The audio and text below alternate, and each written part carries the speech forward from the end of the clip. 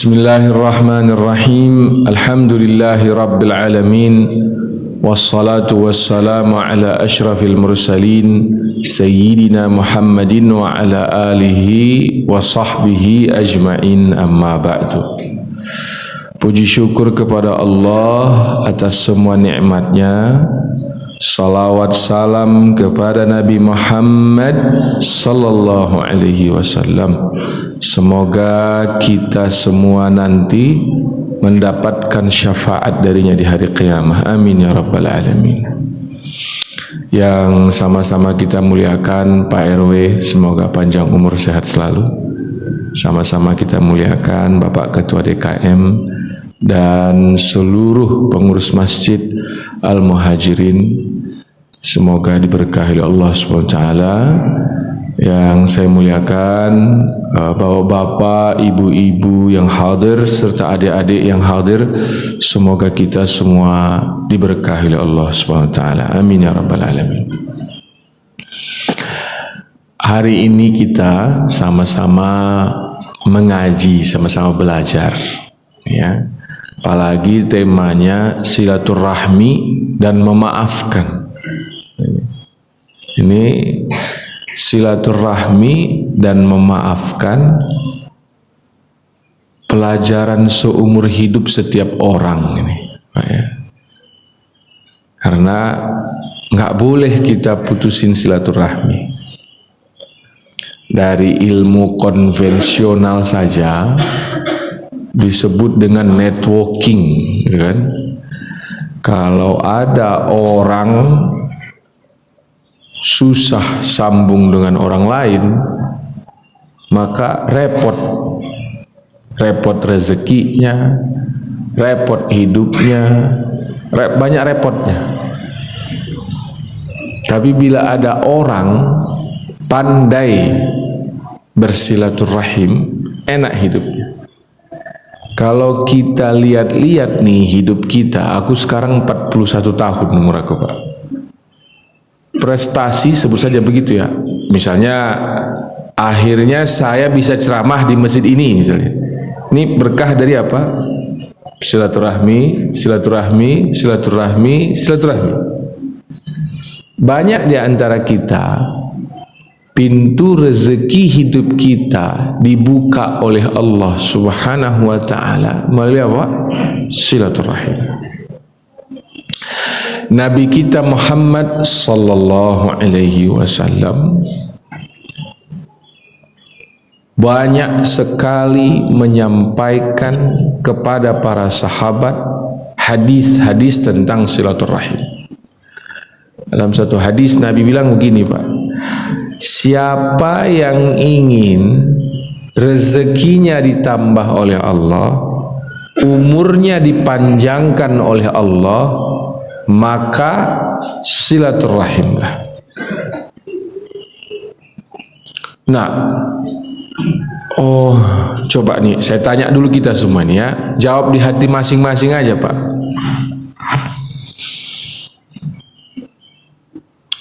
Ada nggak di antara kita yang hadir ini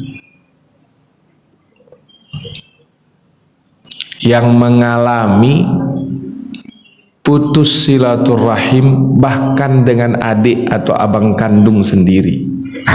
Nih ya, jawab di hati aja. Kalau ada, ini mudah-mudahan nggak ada ini ya. Tapi andai ada, ayo kita selesaikan sesudah kajian ini. Apalagi abang kandung, apalagi adik kandung. Yuk kita selesaikan yuk, Pak. Kita telepon, Dek, abang minta maaf Dek sama kau, Dek. Abang mau lebaran ke rumahmu, Dek. Atau kita adiknya, telepon aja abang itu. Bang, aku minta maaf aku masalah hak itu, Bang. Jangan lagi ingat yang sakitnya, langsung bilang apa? Minta maaf. Karena sangat sungguh disayangkan kita sholat subuh berjamaah, pergi umroh, mau baca Quran, putus silaturahim dengan siapa? Saudara kandung,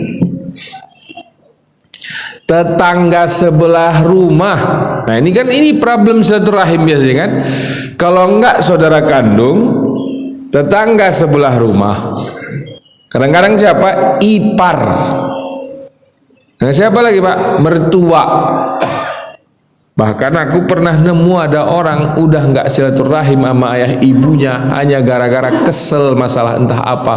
Udah berapa tahun? Udah 12 tahun Pak Salman, kata. Allahu Akbar.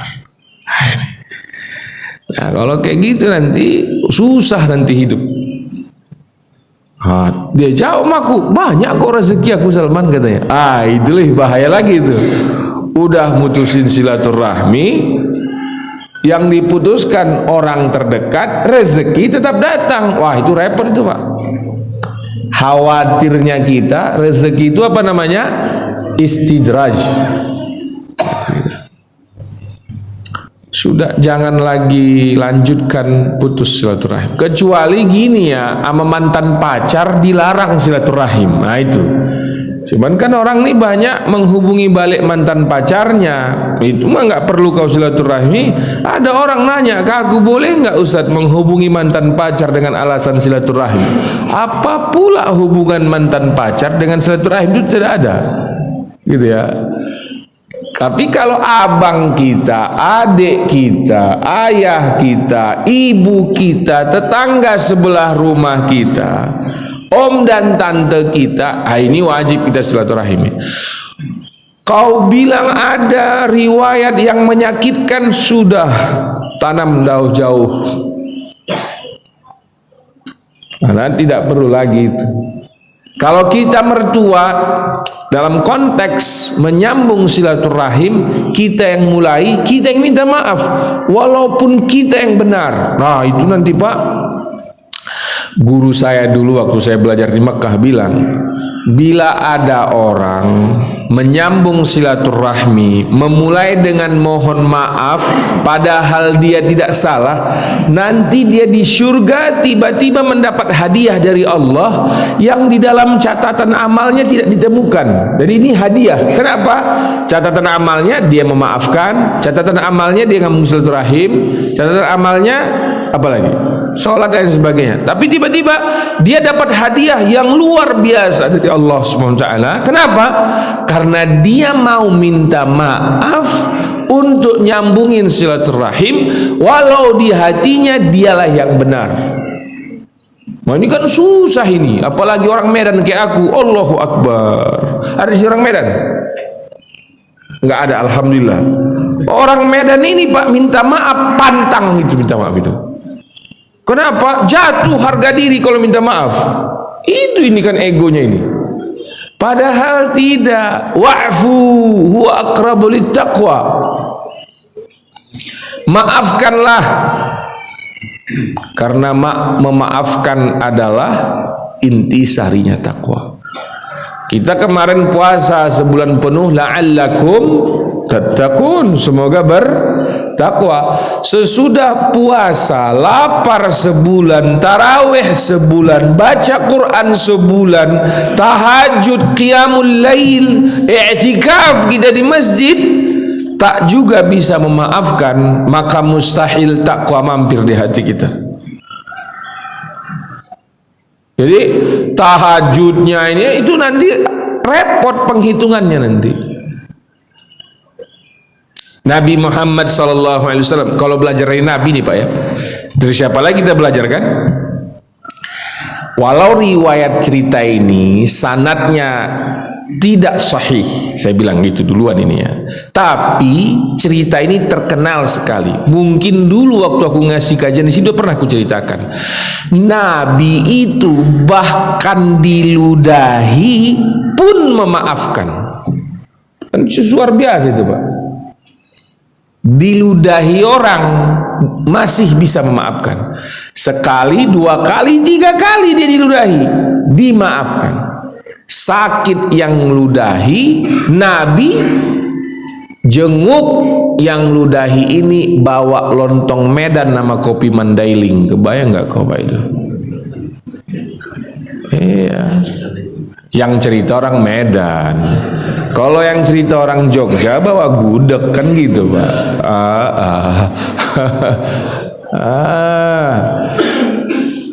Coba Pak, saya tanya dulu kita semua, ayo kita berandai. Ini berandai aja kita. Andai saya diludahi, kira-kira ada ruang nggak di hati saya bisa memaafkan? Aku udah kujawab ini ketika tanya guru saya di Mekah, Pak. Buya, andai dalam mimpi pun aku diludahi, mungkin akan kutonjok itu orang, gue bilang. Coba tuh Pak. Cerita ini, Pak, aku jawab dalam hati, Pak. Bapak pasti dengar cerita Nabi diludahi waktu Bapak kecil pasti. Ini kan cerita guru TPA ini, Pak. Cerita guru ngaji di kampung ini. Kalau di kampung kami cerita guru tajahizi namanya. Guru kita waktu kita kecil di TPA ngaji sore itu semangat menceritakan ini. Dan cerita yang saya dengar dari kecil sampai detik ini belum bisa kumaafkan ya cerita, belum bisa kuamalkan ya cerita ini. Kapan enggak kebayang aja nggak bisa, Pak. Ada orang ludahi maafkan nggak bisa. Waduh, kita cuma kesenggol spion motor aja ngamuk kita, Pak. Spion motor tahu, Pak? Kesenggol padahal nggak rusak. Spion motor kalau kesenggol kan nggak rusak, cuma bergeser aja. Kok geser lagi balik? Papasan mobil dua sama-sama Pak Haji nih di jalan sempit, nggak ada yang mau ngalah, Pak. Sampai macet dulu baru ada yang mau ngalah. Innalillahi wa inna ilaihi rajiun. Ruang memaafkan ini, makanya aku bilang tadi, memaafkan ini pelajaran seumur hidup. Seumur hidup kita belajar memaafkan. Nabi Muhammad sallallahu alaihi wasallam, cerita yang sangat terkenal juga nih, kita ulang ya. Nabi pergi dakwah ke Taif, betul ya Pak ya? Sampai di Taif, Nabi diapakan Pak? Dilempar, dicaci, dimaki dulu. Nabi tetap sabar, dilempar pakai batu. Nabi tetap sabar, dilempar pakai sendal. Nabi tetap sabar, dilempar pakai kotoran hewan. Nabi tetap sabar, dilempar pakai kotoran manusia. Nabi tetap sabar. Turun, sabarnya udah tahu lah kita ya. Turun malaikat Pak, Jibril sama Mikail. Muhammad, perintah Allah, kalau kau izinkan, dua bukit di depan kita ini diangkat oleh kami berdua, ditimpakan ke Taif. Kira-kira kalau kau nabinya, jawabmu apa Pak? Laksanakan kan? Kalau orang Medan ditanya kayak gitu, hajar aja lah. Kita bilang 5 sudah, gitu kan? Untungnya nabinya bukan orang Medan ini kan. Kalau orang Medan, Taif tenggelam Pak, jadi laut mati kedua Taif. Tak tengok nih Pak, ruang maaf Nabi. Aku terus terang ini belum bisa ku amalkan. Ini apa ya? Aku kan orang Medan ini. Aku bilang tadi, orang Medan pemaaf itu susah nyarinya. La ilaha illallah. Tengok aja lah supir Metro Mini dulu Pak, sama kenek-keneknya itu, tak bisa dia lewat di depan dia, naik trotoar di ban dia kan gitu kan. Begitu modelnya. Tiba-tiba judul pengajian pagi ini memaafkan, Mak. Ini nyeramahin diri sendiri, udah aku bilang. Nabi ketika dilempar, dicaci, dimaki, turun malaikat.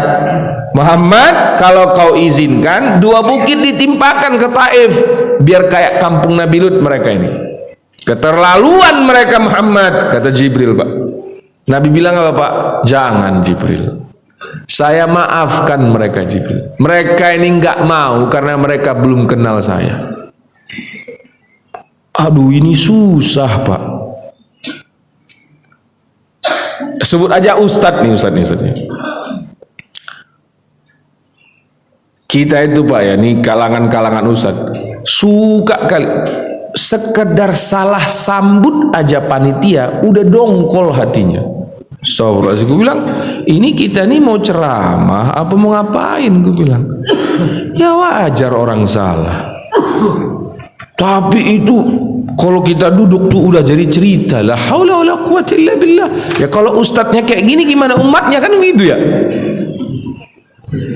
Lihat Nabi tadi, dilempar, dicaci, dimaki, dilempar pakai kotoran hewan, pakai kotoran manusia. 2 malaikat turun mau nimpain bukit ke kampung yang lempar dia.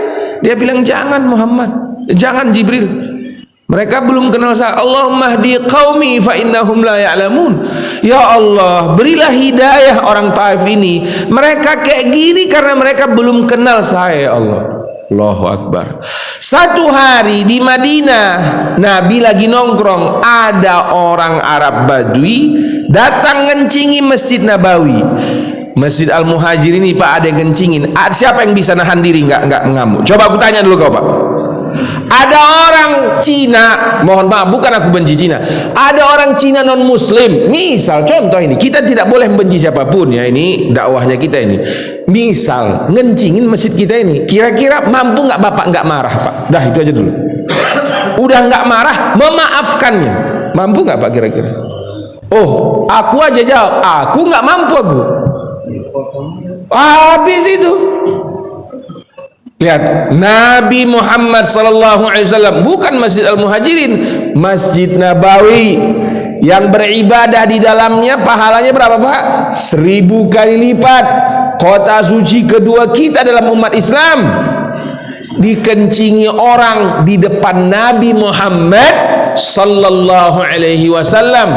Abu Bakar, Umar, Utsman, Ali dan pendekar-pendekar yang lain ada di situ, sudah narik pedang Pak. Ini kebayang nggak Pak, Umar bin Khattab itu galak kan Pak, kau Hercules itu nggak nyampe seujung kuku galaknya Umar bin Khattab. Karena agak-agak galak nampakku sekarang Haji Hercules kan, itu mah kecil, seujung kukunya pun nggak nyampe. Tiba-tiba di depan Umar nih, oh itu Pak, kalau ini hadis yang sahih ini Pak, kata Nabi Muhammad sallallahu alaihi wasallam, jangan, tak masukkan pedangnya. Dia bukan hanya sekedar memaafkan Pak, kalau katanya fasfah safhal jamil dalam Al-Quran. Di Al-Quran itu kata maaf ada 2, al-afu was-safhu. Maaf ini memaafkan dan tidak membalas, itu maaf namanya. Yang kedua levelnya as-safh, memaafkan, tidak membalas dan melupakan. Ini yang berat nih Pak, yang berat sekali. Kita kadang-kadang bisa memaafkan, tidak membalas, tapi tidak lupa, ingat terus. Itu levelnya baru apa namanya? Al-afu. Di dalam Al-Quran itu fa'fu wasfahu, itu dalam Al-Quran Pak. Maafkan dan lupakan. Itu levelnya tinggi. Nah, Nabi Muhammad SAW tadi Pak, itu sudah di level itu. Lihat Pak, ini sebut aja kita sabar. Ada non muslim kencing di teras masjid kita ini, sebut saja kita sabar. Mungkin sesabar-sabarnya kita bilang gini, Pak saya antar ke toilet yuk. Tapi Nabi Muhammad SAW Pak, dibiarkan itu orang Arab Badui sampai selesai. Karena Pak tak enak buang air kecil kita di toilet, ada yang ngetok aja tak enak, betul nggak? Emang bisa Pak, kau lagi pipis mohon maaf disuruh berhenti bisa? Berhenti dulu, bisa nggak? Sakit itu. Nabi tahu itu, udah dibiarkan sampai selesai, dimaafkan Pak. Kita koleksi cerita ini, kira-kira kesalahan orang yang belum dimaafkan itu bagaimana? Ada nggak kayak segitu Pak? Sampai nggak dia ngeludahin kita? Kadang-kadang adat-adat kita yang tak baik itu kita bawa, akhirnya banyak kali dendam numpuk. Dendam ditumpuk, kolesterol datang Pak. Dendam ditumpuk, darah tinggi naik. Dendam ditumpuk, selang pembuluh darah apa? Menyempit. Dendam ditumpuk, hati kerjanya tidak maksimal. Dendam ditumpuk, jantung lemah cara membaknya. Dendam ditumpuk, saraf di otak banyak yang tak sambung. Dendam ditumpuk, mata penglihatan melemah. Dendam ditumpuk, telinga panik. Wih, jelek dendam itu, Pak. Kan Nabi pernah ingatkan, dengki dan dendam menghabisi amalan seperti apa, Pak? Seperti api menghabisi kayu bakar. Guru saya bilang, Salman, bukan dia menghabisi amalan saja, menghabisi apa? Badan. Badan ini habis, Pak, dibuatnya. Makanya kalau ada orang datang ke pesantren kita ya, Pak, ya, cerita dia, aku nih Salman udah berobat hampir setahun gini. Aku langsung bilang aja, Pak, mohon maaf saya bilang, mulai hari ini coba cek handphone nih, orang yang kau masih benci, telepon bilang minta maaf. Wah, repot Ustaz, dia yang salah sebenarnya. Nah, itu masalahnya. Karena kita ingat siapa? Dia yang salah. Kalau memaafkan kita yang salah, kita itu normal aja itu. Ini orang lain yang salah, kita yang memang disakiti, tapi kita yang minta maaf. Oh, itu baru betul. Ada seorang sahabat, Pak, ini juga cerita terkenal ini, lewat di depan Nabi dan para sahabat. Tiba-tiba Nabi bilang gini, ada yang mau melihat ahli surga? Itu dia orangnya. Semua sahabat terheran, karena mereka para sahabat itu beranggapan kalau Nabi sudah jamin masuk surga seseorang, pasti ini orang hadir di masjidnya luar biasa, begitu-gitu loh, Pak. Yang ditunjuk Nabi ini orang biasa saja, kerjaan sehari-harinya mengambil kayu bakar. Ke masjidnya paling sering hanya subuh dan maghrib, karena zuhur dan asar dia di mana, Pak? Di kebun nyari kayu bakar. Tak yakin Abdullah bin Umar ini orang benar masuk surga. Pergi nginap ini Abdullah bin Umar di rumahnya, ingin melihat apa, Pak? Amalannya apa. Di rumah anak muda ini Abdullah bin Umar tidak menemukan amalan apapun yang spesial yang dilakukan oleh si anak muda.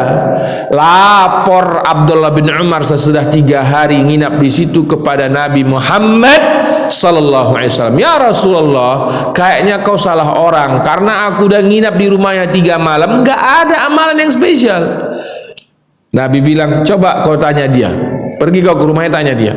Akhirnya ditanya, anak muda ini bilang, nggak tahu aku Abdullah, nggak ada juga amalan aku yang spesial. Tapi dia bilang apa? Ini cerita terkenal, semua kita udah tahu cerita ini, cuman kapan kita amalkan cerita ini? Jawab si anak muda itu apa? Abdullah, ada yang memang kurutinkan setiap malam. Apa itu? Sebelum aku tidur aku ikrar, semua kesalahan orang sudah kumaafkan. Kira-kira bisa nggak kita, Pak, ini? Kawanmu yang udah ngutang 17 tahun, kira-kira masih kau tunggu apa kau telepon hari ini? Bro, udahlah hutangmu lunas saja sudah. 17 tahun lah, ngapain kau tunggu, Pak? Nyicil mobil aja nggak sampai 17 tahun kan? Tuh. Ini orang-orang terdekat kita. Yuk kita urai hari ini, kalau masih ada kita tulis. Saya pun sampai hari ini ada aja orang yang bikin kita dongkol, Pak. Ada aja. Ya sore-sore coba tenangkan hati, astagfirullahaladzim. Maafkan saya Allah. Saya tadi marah siang-siang ya Allah. Ini aku mohon kepadamu ya Allah. Tenangkan hatiku ya Allah, lapangkan hatiku ya Allah, jernihkan cara berfikirku ya Allah, yakinkan hatiku memaafkan orang pahalanya besar ya Allah, yakinkan hatiku bahwa memaafkan adalah perbuatan yang kau senangi ya Allah. Hah, bikin kayak gitu. Wah, selesai itu mudah-mudahan tenang hati, WA orang yang tadi kita, Assalamualaikum, Bro, di mana? Makan malam yuk. Mak, kalau kayak gitu hebat tuh sudah. Kita maafkan. Nah, udah, jangan simpan-simpan. Nah, tuh contoh-contoh dari Nabi juga sudah kita baca tadi kan. Betapa luar biasanya Nabi Muhammad sallallahu alaihi wasallam memaafkan. Bapak dan Ibu yang saya muliakan ya. Di awal-awal dakwah, ketika Nabi sampaikan Islam ke keluarga intinya, apa jawaban pamannya Abu Lahab, Pak? Tabballaka ya Muhammad. Ya Abu Lahab, curang ngajar kau Muhammad. Itu kira-kira bacanya. Nabi kita ini, Pak, ini juga perlu kita kaji dalam hal memaafkan. Nabi kita ini sallallahu alaihi wasallam sudah punya sifat pemaaf bahkan dari sejak dia masih kecil di rumah Halimatus Sa'diyah. Nah, ini juga nih bapak-bapak ya, yang saya sebagai santri sebut saya begitu ya, ingin sekali agar umat Islam kita semua mempelajari Nabi dengan lebih detail lagi sebelum dia diangkat menjadi Rasul, Pak. Kan kita seringnya mempelajari Nabi sesudah diangkat menjadi Rasul. Dia dapat wahyu, dia dihalang sekitar dakwah, di embargo, Isra wal Mi'raj, perang Badar, perang Uhud, perang ini sampai akhirnya Nabi meninggal. Masih jarang orang yang tertarik atau meluangkan waktu dengan baik mempelajari Nabi Muhammad sallallahu alaihi wasallam dari kapan? Dari lahir sampai 40 tahun. Kalau kita bicara persiapan, lebih lama waktu persiapannya beliau menjadi seorang Rasul ketimbang beliau menjadi apa? Seorang Rasul. Persiapan menjadi seorang Rasulnya 40 tahun. Menjadi Rasulnya hanya berapa, Pak? 23 tahun. Artinya yang paling juga sangat menarik dan bermanfaat untuk dipelajari adalah masa persiapan Nabi kita Muhammad sallallahu alaihi wasallam menjadi seorang Rasul. 40 tahun, Pak, itu. Halimatus Sa'diyah cerita, dulu waktu saya masih menyusui Nabi Muhammad, kalau aku pulang dari pasar, seluruh saudara sesusuannya ini akan berebutan makanan. Mama pulang, aku minta sate, aku minta gorengan, aku minta cendol, aku minta itu. Itu Ibu Halimah baru turun dari angkot, kira-kira kalau bisa sekarang ya. Itu saudara susun sudah gitu. Hanya Nabi Muhammad sallallahu alaihi wasallam yang jalan dengan tenang menemui ibu susunya ini, dan bukan nanya sate atau gorengan. Kalau Nabi Muhammad, kata Halimah, nanya apa? Ma, sini aku bawakan satu keranjangnya. Tuh, beda itu Nabi Muhammad sallallahu alaihi wasallam. Dari kecil sudah keranjang itu dibawakan oleh Nabi kita sallallahu alaihi wasallam yang masih berumur 3 tahun ini, Pak. Dibawakan sampai ke dapur. Nanti sampai di dapur, gorengan yang dibeli tadi apa? Habis. Halimah bilang, "Nak, Muhammad, apa mama harus beli lagi ke pasar karena habis gorengannya, nak, oleh saudara-saudara sesusuanmu?" Apa kata Nabi? "Enggak, Mak, enggak usah pun kebagian aku, enggak apa-apa. Yang penting adik-adik, abang-abang, saudara sesusuan udah dapat belum?" Sudah. Dari kecil, Pak, Nabi kita ini, apalagi bagian kue. Kan yang bikin negara ini kacau balau kan karena bagi-bagi kuenya enggak rata. Coba bagi-bagi kuenya rata, mana ada yang ngoceh? Tak akan yakin aku ada yang ngoceh. Ini rahasia Ustadz juga ini.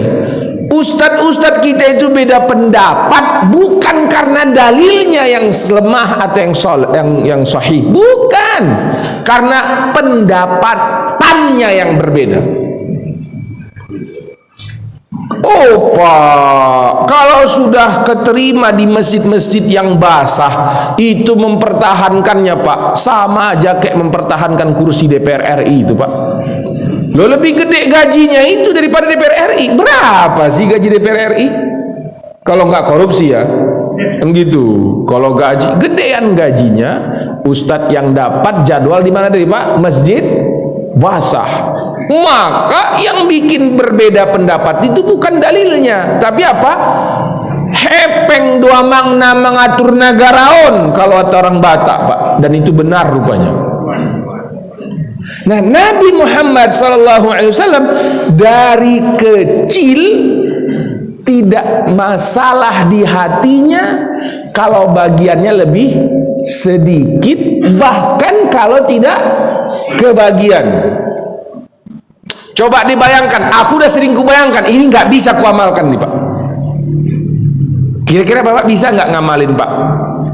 Emaknya Bapak nih tiba-tiba bagi duit 300 miliar duit itu Pak. Anak dia 4. Bapak anak paling besar. Anak nomor 2, nomor 3, nomor 4 100 miliar, 100 miliar, 100. Bapak nggak dikasih. Kira-kira apa yang terjadi di hati Bapak Pak? Jangan kau tanya aku, kalau aku ngamuk aku pasti itu dah. Golok bermain sudah itu. Betul ini. Nabi kita itu sudah terbiasa, dia dari kecil memaafkan, sampailah beliau diangkat menjadi Rasul, itu juga modal beliau. Maka ibu dan bapak Masjid Al-Jamaah, Masjid Al-Muhajirin yang saya muliakan, silaturahim dan memaafkan adalah dua akhlak yang wajib bekerja sama. Karena awal mula silaturahim putus karena kita apa? Kesal, marah. Dan yang paling dibutuhkan untuk kembali menyambungnya adalah apa? Maaf, memaafkan. Nah gitu ya. Dan alhamdulillah, satu lagi sebelum saya tutup pengajian ini, alhamdulillah orang Indonesia punya tradisi saling memaafkan banyak kali. Sebelum Ramadan WhatsApp beredar saling memaafkan. Nisfu Sya'ban beredar WhatsApp saling memaafkan. Lebaran saling memaafkan. Tahun baru Muharram saling memaafkan. 4 kali dalam setahun kita saling maafkan. Mudah-mudahan itu benar-benar dimaafkan. Sekali lagi saya ajak kita semua yang hadir ini, ayo maafkan semua kesalahan orang pagi ini. Bisa nggak kira-kira nih Bapak Ibu? Nah, cuman insya Allahnya orang Indonesia ini ragu kita. Iya. Nih adik-adik yang ini, adik-adik santri yang hadir ini ya kan? Kalian bisa nggak memaafkan orang lain udah? Bisa ya? Insya Allah. Ya, mudah-mudahan Allah takdirkan kita bisa memaafkan, dan Allah takdirkan kita juga dimaafkan orang. Karena nanti di padang mahsyar semua dosa yang berhubungan dengan Allah bisa langsung dimaafkan oleh Allah. Tapi kalau dosa yang berhubungan dengan manusia, kalau dia tidak maafkan kita, kita akan diperhitungkan. Maka seringlah memaafkan orang lain, karena mudah-mudahan karena seringnya kita memaafkan orang lain, kesalahan-kesalahan kita ke orang lain pun Allah lembutkan hati mereka sehingga bisa memaafkan kita. Ini saja yang bisa saya sampaikan kepada kita pada pagi hari yang berbahagia ini. Semoga bermanfaat, semoga kita dikuatkan oleh Allah, semoga kita diberikan kesabaran oleh Allah Subhanahu wa taala. Ada yang mau bertanya? Boleh nih Pak. Ibu, ada yang mau bertanya? Enggak ada ya? Baik. Semoga negara kesatuan Republik Indonesia ini dijaga oleh Allah SWT. Semoga Palestina dimerdekakan oleh Allah SWT. Semoga Yahudi Israel yang di sana diberi oleh Allah hidayah yang sempurna, sehingga semua Yahudi yang di sana di Palestina masuk Islam, seperti masuk Islamnya dulu Umar bin Khattab radhiyallahu anhu, seperti masuk Islamnya dulu Khalid bin Walid radhiyallahu anhu, seperti masuk Islamnya dulu Ammar bin Al-As radhiyallahu anhu ardah. Ala hadhihi niyyah wa li kulli niyatin salihah wa ila hadratin nabiyil mustafa sallallahu alaihi wasallam. Al-Fatihah. A'udzu billahi minasy syaithanir rajim. Bismillahir rahmanir rahim. Alhamdulillahi rabbil alamin arrahmanir rahim maliki yaumiddin. Iyyaka na'budu wa iyyaka nasta'in. Ihdinas siratal mustaqim. Siratal ladzina an'amta 'alaihim ghairil maghdubi 'alaihim waladdallin. Amin. Allahumma salli wa sallim wa barik ala sayyidina Muhammad wa ala ali sayyidina Muhammad. Rabbana zalamna anfusana wa in lam taghfir lana wa tarhamna lanakunanna minal khasirin. Allahumma ighfir lana dhunubana wa liwalidayna warhamhuma kama rabbayana saghira wa li jami'il muslimina wal muslimat والمؤمنين والمؤمنات الأحياء منهم والأموات برحمتك يا أرحم الراحمين. ربنا لا تؤاخذنا إن نسينا أو أخطأنا. ربنا ولا تحمل علينا إصرا كما حملته على الذين من قبلنا. ربنا ولا تحملنا ما لا طاقة لنا به.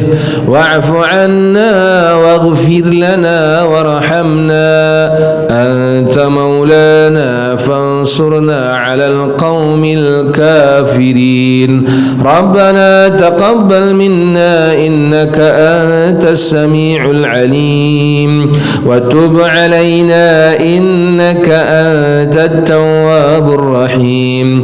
ربنا آتنا في الدنيا حسنة وفي الآخرة حسنة وقنا عذاب النار.